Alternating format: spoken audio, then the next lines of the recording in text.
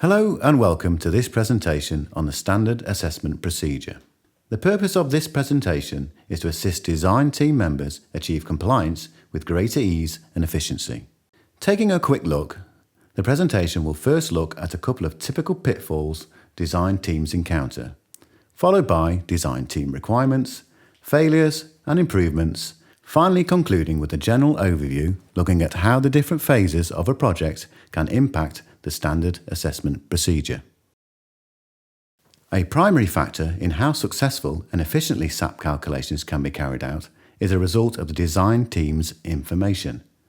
To simplify this, the information can be broken down into three main categories: the drawings, build fabric specification, and building services.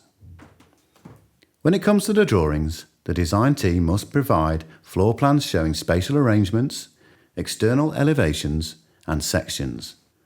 As a minimum, these drawings must be to scale, have clearly marked dimensions and show the dwelling orientation. A north arrow on the site layout will suffice. U-values for each element type must be calculated and each type of element build-up.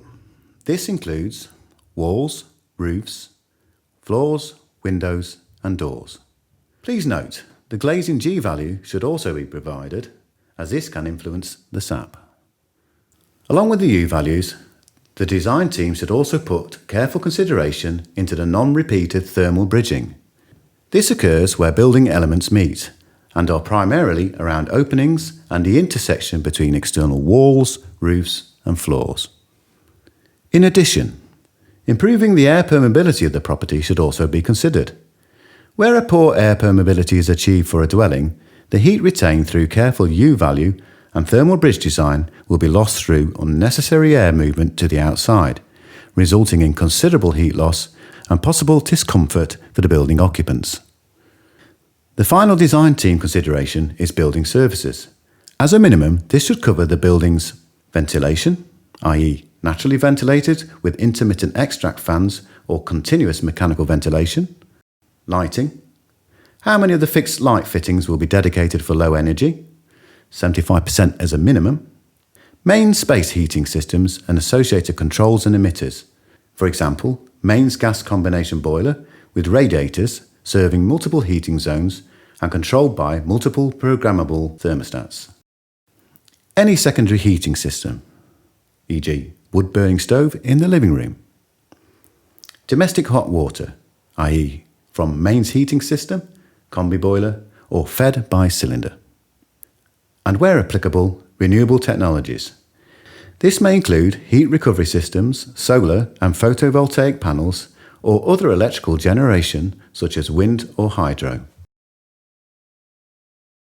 The first major pitfall is a misunderstanding of the limiting U-values detailed in Part L1. Often you will see design teams specify the backstop U-values expecting the design to comply. Unfortunately, when generating the target emission rate, the software uses reference values much lower than those stated. These reference values are found in Table 4. Achieving values higher than these will require other areas to be uplifted. The second pitfall is where party walls are present. Due to the nature of SAP, it is not possible to calculate the U-value of party walls. Instead, there are four options the SAP assessor can choose from. The first is solid walls and fully filled cavity walls, both of which will achieve a U-value of 0, i.e. no heat loss. Note all cavities must be filled and have effective edge insulation. The second option achieves a U-value of 0.2. This does not require all cavities to be fully filled, although it does require cavities to have effective edge sealing. Finally, the worst case option is where there are clear cavities and no edge sealing. This will result in a U-value of 0.5, almost twice that's allowed for external walls. The most recent area design teams are struggling to meet is the new target fabric energy efficiency requirements. Introduced in the latest version of Part L1 to put focus on fabric first approach, the TFEE now requires dwellings to achieve notational fabric energy efficiency. Simple improvements. The first step is to ensure the design team's specification considers all relevant areas of the building, therefore preventing any default values being used. Other improvements to consider include heating controls. Developers will often look to specify an improved boiler. However, a greater benefit is often achieved by changing the heating control strategy. Providing separately controlled heating zones will not only improve your SAP, but will also allow greater flexibility to the occupants. Thermal bridging, often disregarded, however, it has now become an important aspect of dwelling design. Well-designed thermal bridging can reduce the heat loss, while also providing a reduced risk of surface condensation and the likelihood of mould growth. Glazing. Improved glazing U values and G values will reduce the amount of heat loss through the building fabric while taking advantage of solar gains. It is important to note that very low U values combined with a high G value may result in overheating. Air tightness. Ensuring a high level of workmanship is carried out on site should be a priority. Preventing excessive heat loss through drafts can increase occupant comfort levels and reduce annual running costs. Note that when buildings become very airtight, a balanced whole house ventilation strategy will be required to ensure that the appropriate number of air changes are achieved. The final simple improvement may be the specification of a renewable technology, although these should be carefully considered and are likely to be influenced by the project's budget and site location. Looking now at the key stages of a project programme, we can identify how they can impact the standard assessment procedure.